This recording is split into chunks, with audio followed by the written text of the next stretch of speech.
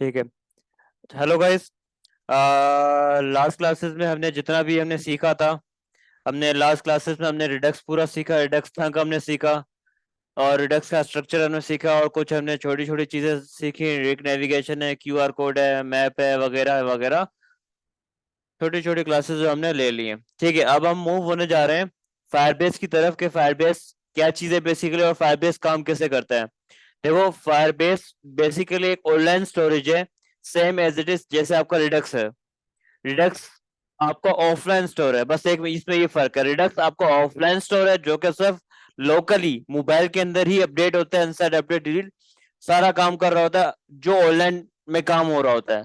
इसमें ये क्या कहते हैं, फायरबेस के अंदर ऑनलाइन में ऑनलाइन का ही नहीं फर्क है। फायरबेस के अंदर आप जो है डेटा को ऑनलाइन चेंज कर सकते हो, डेटा के साथ खेल सकते हो, ठीक है, और एरर्स पकड़ सकते हो। फायरबेस अगर आप इम्प्लीमेंट करो, जो कि आज हमारी फायरबेस की क्लास है, ठीक है। और क्या कहते हैं, फायरबेस से आप बहुत कुछ कर सकते हो, अभी मैं आपको दिखाऊंगा। सबसे पहले तो मैं आपको पहले ये बता दूं कि फायरबेस के अंदर देखो बहुत सारे टैब्स हैं। फायरबेस के अंदर दो डेटाबेसेस हैं, एक होता है रियल टाइम डेटाबेस, एक होता है क्लाउड फाइल स्टोर डेटाबेस। तो रियल टाइम जो है वो बहुत पुराना हो चुका है और वो की वे ये बेसिकली फायरबेस की वैल्यू पेयर है। की वैल्यू पेयर इन सेंस कि आपके इंस्टेंस में अगर बात करूं तो जैसे जेसन डेटा आप लोगों को मैंने लेना सिखाया है। जेसन डेटा क्या है कि आपने एक एरे बनाया, एक ऑब्जेक्ट बनाया, नेम दिया, जो भी टाइटल दिया, कॉलन लगा और आगे उसकी वैल्यू लिखी, तो इट इज कॉल्ड की वैल्यू। यानी कि टाइटल आपकी की होगी और वैल्यू उसकी हेलो वर्ल्ड कुछ भी इसकी वैल्यू होगी।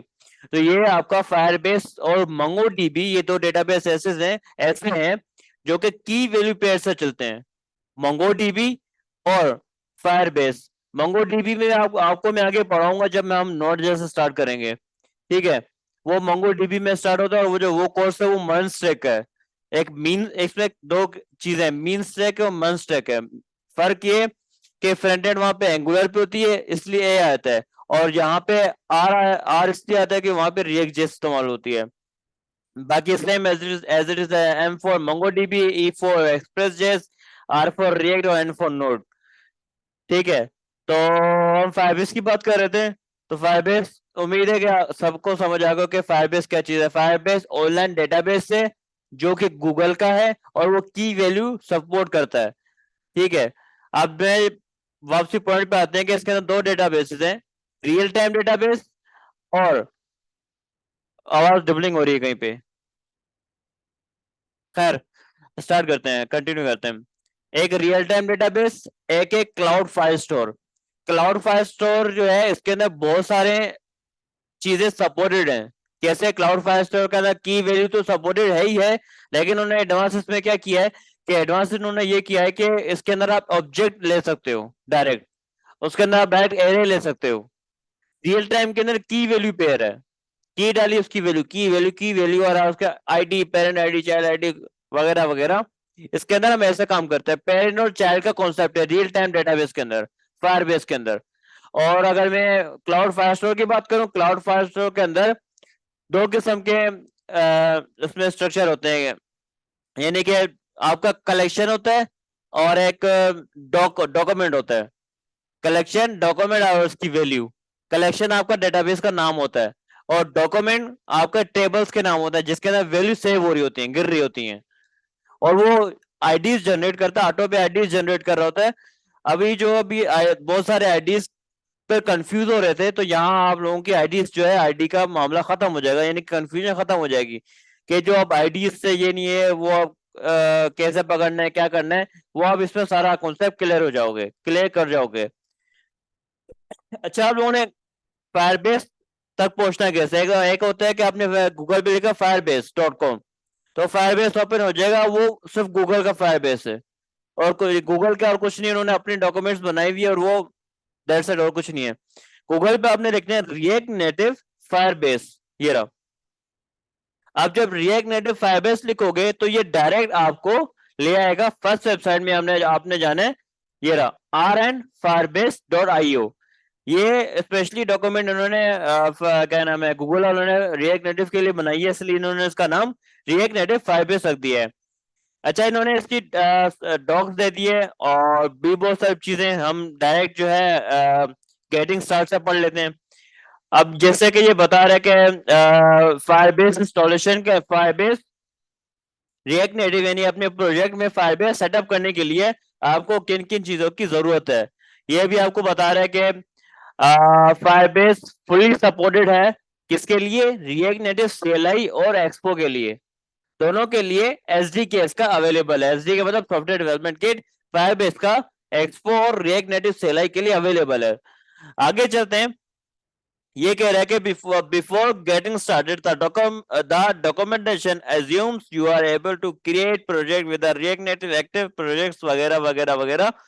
अब आगे चलते हैं। ये बता रहा है कि सेटअप इन्वायरमेंट, ये कौन बताएगा, किसकी बात कर रहा है, setting up the development environment. ये इन्वायरमेंटल वेरिएबल के बारे में बता रहे हैं कि आपको ये पहले सेट करने होंगे और उसके बाद फिर क्रिएट फायरबेस प्रोजेक्ट। ठीक है, यानी कि आपको अब सबके अपने अपने डैशबोर्ड होते हैं। डैशबोर्ड आपको पता होगा कि एडमिन पैनल्स, ठीक है। तो फायरबेस भी आपको एक एडमिन पैनल देता है, लेकिन उसके अंदर को फायरबेस के अंदर प्रोजेक्ट को बनाना पड़ता है। एग्जाम्पल मैं दिखाता हूँ, ये देखो। अब मैं इसको राइट क्लिक करता हूँ, ठीक है, मैं इसको ओपन करता हूँ, तो यहाँ पे देखो मेरा कंसोल ओपन हो जाएगा। कंसोल कहते हैं कंसोल कहते हैं कि आपके प्रोजेक्ट्स बने हुए जितने, यानी कि आपके डेटाबेसेस बने हुए अकॉर्डिंग टू प्रोजेक्ट्स। अभी जैसे जंक फूड मेरा एक प्रोजेक्ट है जो कि इस टाइम लाइव चल रहा है यूएस में, और भी वो जगहों पे लाइव चल रहा है, ठीक है। अब मैं इसके अंदर मैं आपको ओवरव्यू करवा देता हूँ इसके अंदर चल क्या रहा है। देखो उसके अंदर क्या चल रहा है। इसके अंदर जो है मैंने बहुत सारी सेटिंग की हुई है, लेकिन जो है ना मेरे ख्याल से टेस्ट प्रोजेक्ट है। अगर रियल प्रोजेक्ट में आपको आपको दिखाऊं तो वो ये वाला है, ये रहा। ये देखो उसके अंदर कितनी चीजें ओपन की हुई है, ये वो मेरा टेस्ट प्रोजेक्ट था।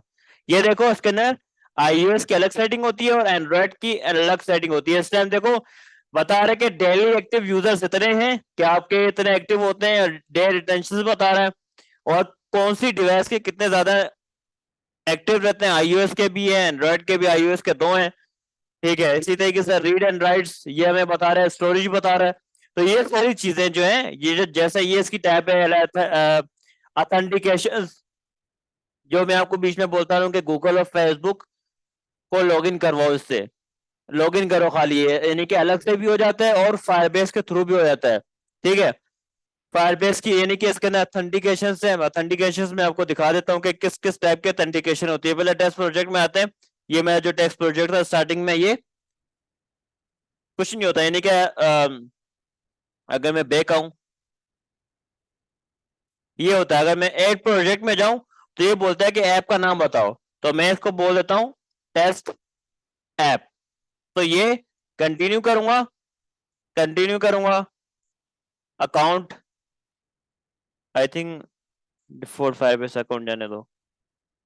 तो ये मेरा इस टाइम फायरबेस के अंदर मेरा ये प्रोजेक्ट जो है बना लेगा, ठीक है। ये मैं वैसे तो मैं बता रहा हूँ, आगे मैं बताऊंगा कि किस तरीके से करना है। ये तो मैं जैसे आपको बता दिखा रहा हूँ कि यार इस चीज से ऐसा होता है। तो आगे हम डॉक्यूमेंट्स के तरफ चलते हैं कि हमने प्रोजेक्ट इस तरीके से बनना होता है, वो मैंने आपको बता दिया किस तरीके से बनता है। अब आगे चलते हैं कि अब ये बता रहे हैं कि एडिशनल चीजें आपके पास क्या क्या मिनिमम चीजें रिक्वायरमेंट होनी चाहिए। अब ये बता रहे हैं कि आपके पास एक्स कोड का जो है ना 14.1 वर्जन होना चाहिए। अब मेरे पास एक्स कोड का वर्जन देख लेता हूँ।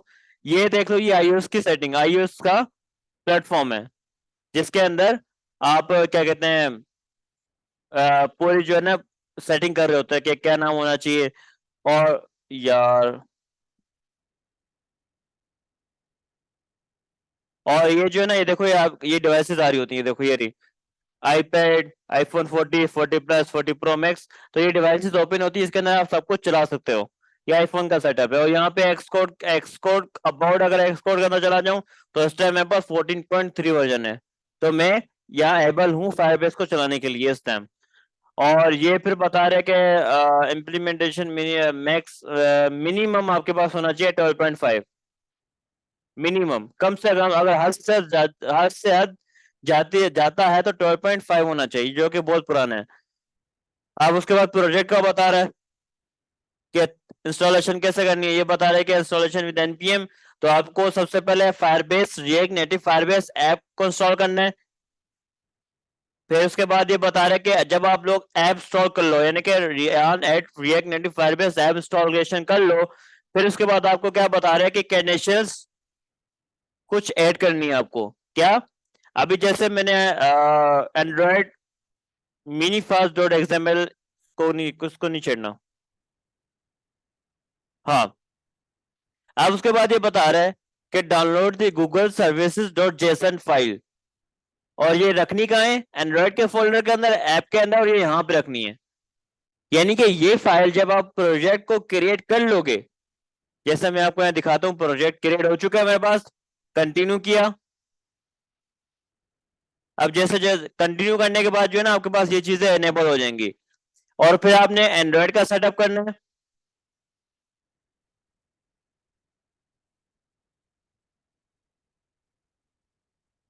तो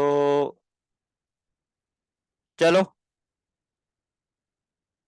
ये सारी जो है ना सेटअप जो है ना, मैं आगे आपको बताऊंगा। अब ये बता दूंगा तो मिक्सअप हो जाएगा, बेकार हो जाएगा। ठीक है, तो ये सेटअप करना पड़ता है। फिर उसके बाद कॉन्फ़िगरेशन है कि ये गूगल सर्विसेज प्लगइन जो है ना, ये बिल्ड डॉट गेडर के अंदर ये लाइन ऐड करनी पड़ती है। ये लाइन मैं आपको लाइव बताता भी चलूं कहाँ ऐड करनी पड़ती है। एंड्रॉयड के अंदर जाओगे, बिल्ड डॉट गेडर आ गया, ये लाइन आपको यहाँ पे ऐड करनी पड़ती है, यहाँ पे। ठीक है, ये वाली लाइन जो बता रहा है, ये देखो फाइल का नाम भाई बता रहा है। ये सेटअप ये ऐड करने के बाद जो है, फिर उसके बाद ये बता रहा है कि ऐप के अंदर जाना है। अब ऐप के बिल्ड डॉट गेडर में जाना है, ऐप के अंदर के बिल्ड डॉट गेडर में गए, और ये सबसे लास्ट में ऐड करना है। कह रहा है कि lastly execute the plugin edit the ये। तो लास्ट में यहाँ पे लाइन आपको ये पुट करनी है, यहाँ नीचे सबसे लास्ट में, ये वाली लाइन, ये रही।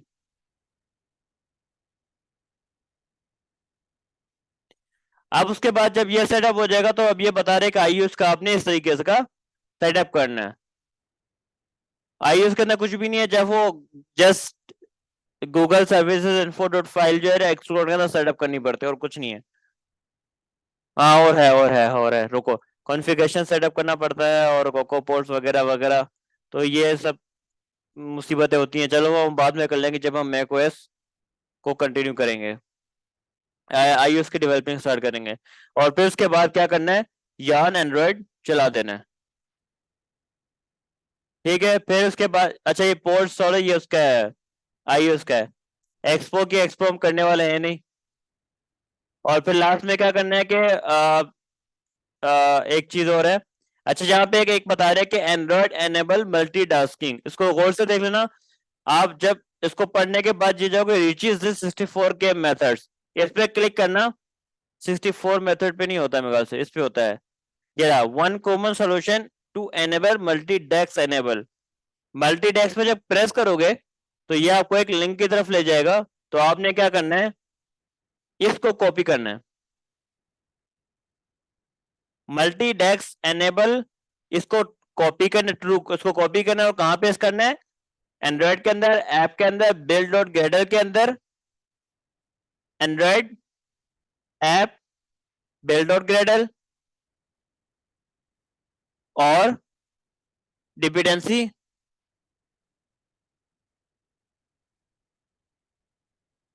कहाँ है? ये रहा, ये रहा, डिपेंडेंसी आ गया। इस वाली में नहीं, इस वाली में, ये गलत बता रहा है। ये रहा, सॉरी डिफॉल्ट कॉन्फ़िगरेशन में, ये रहा, सॉरी। डिफॉल्ट कॉन्फ़िगरेशन में जाना है, और डिफॉल्ट कॉन्फ़िगरेशन में ये आपको कॉपी करना है, और यहाँ पे इसके अंदर नीचे यहाँ के पेस्ट कर देना है। ठीक है, और ये भी कुछ ऐसे कुछ बता रहे हैं यार। ये मल्टीटेक्सिंग आपकी वो चीज है, जब आप यान एंड्रॉइड कर रहे होते ना, तो आपको नहीं पता चल रहा था कि पीछे कितनी मेमोरी यूज करता है। ये बेसिकली आपकी मेमोरी को ना एक लिमिट होती है। जैसे 64 के लिखा हुआ था, हमारी डिफॉल्ट मेमोरी में से 4 के होती है या 10 के होती है, ऐसा कुछ है डिफॉल्ट मेमोरी। जो कि हमें मिलती है कि इतनी हमें चाहिए। जब आप थर्ड पार्टी लाइब्रेरी को चलाते हो, स्पेशली जब आप बड़ी लाइब्रेरी को चलाते हो, यानी कि जैसे फायरबेस आप बड़ी लाइब्रेरी चला रहे हो, तो वो आपसे बड़ी मेमोरी मांगेगी। तो 64 KB यूज ऑफ KB। तो ये मल्टी टास्क का मतलब ये है कि हम एक एक टाइम पे एक नहीं, एक टाइम पे बहुत सारे टास्क करना चाह रहे हैं, तो उसको ट्रू कर दो। फिर उसके बाद फिर उसके बाद ये देखो, ये बता multitask and support this is a common solution to solving problems recommendation and recommendation and understanding the impact of your application. Hermes को सपोर्ट छोड़ दो। ओवर नेटिव एससी के वर्जन छोड़ दो, इसे ही नहीं करना।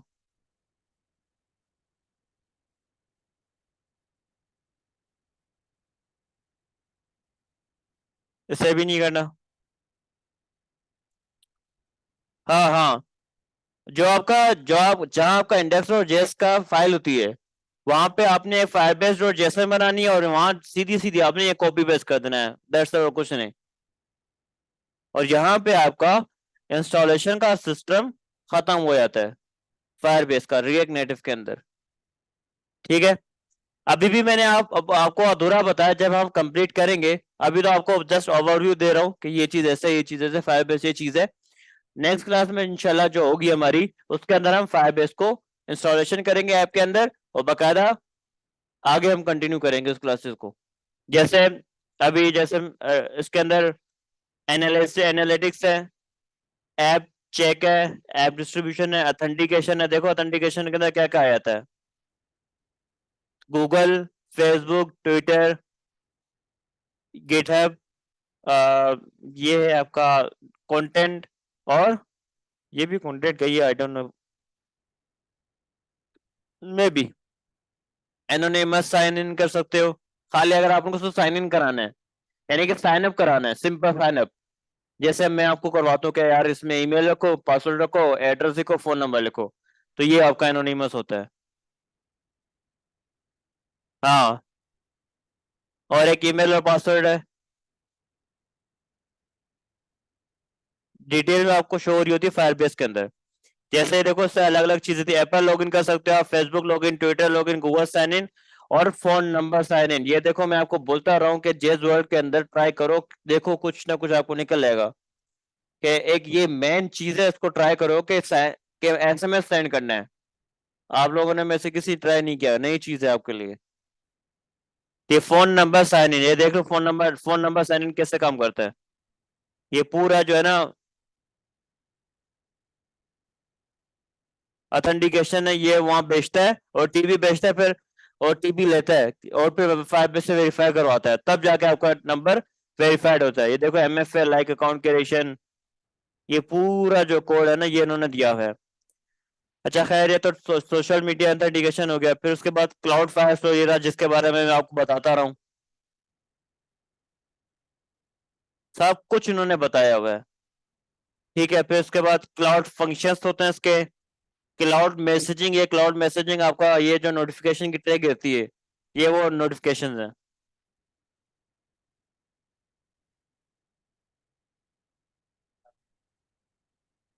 बैक एंड फ्रंट एंड दोनों, बैक एंड है तकरीबन इसमें। ये देखो notification, data send, get, each and everything सब इसके अंदर अवेलेबल है। ठीक है, फिर उसके बाद क्लाउड स्टोरेज, ये स्टोरेज है जिसके अंदर हम अपनी स्टोरेज सेव करेंगे ऑनलाइन। कोर एप्स को छोड़ दो, क्रैशलेटिक्स है, ये वो चीज है कि आप अपने ऐप में बग चेक चेक कर सकते हो कि हमारी ऐप कहाँ क्रैश हुई, कैसे बग आ रहा है, क्या चीज है, ये वो पकड़ता है। रियल टाइम डेटाबेस, ये रहा एक रियल टाइम, ये रहा, और एक क्लाउड फाइल स्टोर। तो हम क्लाउड फाइल स्टोर करेंगे, रियल टाइम पुराना हो चुका है। ये है डायनामिक लिंकिंग है, लिंक्स है, इसको छोड़ दो। इन ऐप मैसेजिंग, ये शायद नया है। हाँ, ये मैंने आई थिंक यूज किया हुआ है कि आप अपने मोबाइल से किसी यूजर को मैसेज करना हो, ये वो चीज है, यानी कि व्हाट्सएप टैप है। कि एक नंबर पे मैसेज करना है, ये रही, ये वो चीज है, देख लो, इन ऐप मैसेजिंग। फिर इसके बाद ये मशीन लर्निंग आती है, remote config, most most most important है। रिमोट कॉन्फ़िग ये चीज है कि आप यानी कि फायरबेस का एडमिन ओपन करके आप ऐप के अंदर लाइव चेंजिंग कर सकते हो। यानी कि आपने एक प्रोडक्ट की ऐप रखी, आप देख रहे हो क्या वो प्रोडक्ट बहुत ज्यादा बिक रही है, तो अभी वो 10 रुपए की थी, आपने देखा कि 1,000 लोगों ने खरीद ली, वो 10 रुपए को 10 रुपए की थी, आपने देखा कि 1,000 लोगों ने खरीद ली है, तो आप उसकी प्राइस डबल कर दो, 20 कर दो, वहीं पे बैठे बैठे, आपको ऐप अपडेट करने की जरूरत ही नहीं है। रिमोट कॉन्फ़िग ये काम करता है। ठीक है, तो ये था कुछ फायरबेस का इंट्रोडक्शन। ये फायरबेस का देखो लोग, ये इस तरीके से रिमोट कॉन्फ़िग काम करता है। देखो ये वैल्यूज है, ये वैल्यूज जो है हमें ऐप के अंदर सेटअप करनी पड़ती हैं। और को मैं क्लोज कर देता हूँ। इसके अंदर आप फ्लटर सेट कर सकते हो, यूनिटी गेम डेवलपिंग का डेटाबेस सेट कर सकते हो, वेब का डेटाबेस सेट कर सकते हो, एंड्रॉयड का सेटअप कर सकते हो, और आईओएस का सेटअप कर सकते हो उसके अंदर। और इसके अंदर ऑल प्रोडक्ट्स के अंदर अगर मैं जाऊं तो ऑथेंटिकेशन है। ऑथेंटिकेशन के अंदर अगर मैं जाऊं तो साइन इन मेथड मुझे जाना पड़ेगा, आई थिंक पहले मुझे ऑथेंटिकेशन से एनेबल करनी पड़ेंगी। ये रहा साइन इन मेथड्स में uses template, sign in methods में होता है ना यार, ये रहा। इसके अंदर ये सब चीजें इम्प्लीमेंट कर सकते हो। फोन है, गूगल, फेसबुक, ये शायद अभी आने इन्होंने अपग्रेडिंग द फाइबर्स और ऑथेंटिकेशन, ये वगैरह वगैरह, खैर आने तो। हाँ, ऐसा ही है। ये मेरे ख्याल से ऐप चेक जो है ना, ऐप का ऐप वर्जन वर्जन का है कि आप इससे पुरानी ऐप पे काम करो, नया वर्जन प्ले स्टोर में आ चुका है और आप अपडेट नहीं कर रहे, तो ये डायरेक्ट बोल दे कि भाई अपडेट अपडेट कर रही तो आगे नहीं चलेगी। जैसे इजी पैसा या जेस्केच या दूसरी बैंक की ऐप हम आगे नहीं हमें आगे नहीं जाने देती, सेम एज इट इज ये कहानी है। तो ये मशीन लर्निंग वगैरह, क्रैश स्टैटिक्स, परफॉर्मेंस भी आप अपनी ऐप में चेक, अपनी ऐप के चेक कर सकते हो। ठीक है, इसकी अपनी ऐप के एनालिटिक्स चेक कर सकते हो कि मेरी ऐप जो है, जैसे मैं अभी अभी थोड़ी देर पहले एनालिटिक्स आपको दिखाई है, ये वाली एनालिटिक्स है, ये रही, ये देखो ये रही, कि क्या है क्या वगैरह वगैरह, मोब भी इसके अंदर अटैच कर सकते हो, अपना रेवेन्यू भी ट्रैक कर सकते हो उसमें।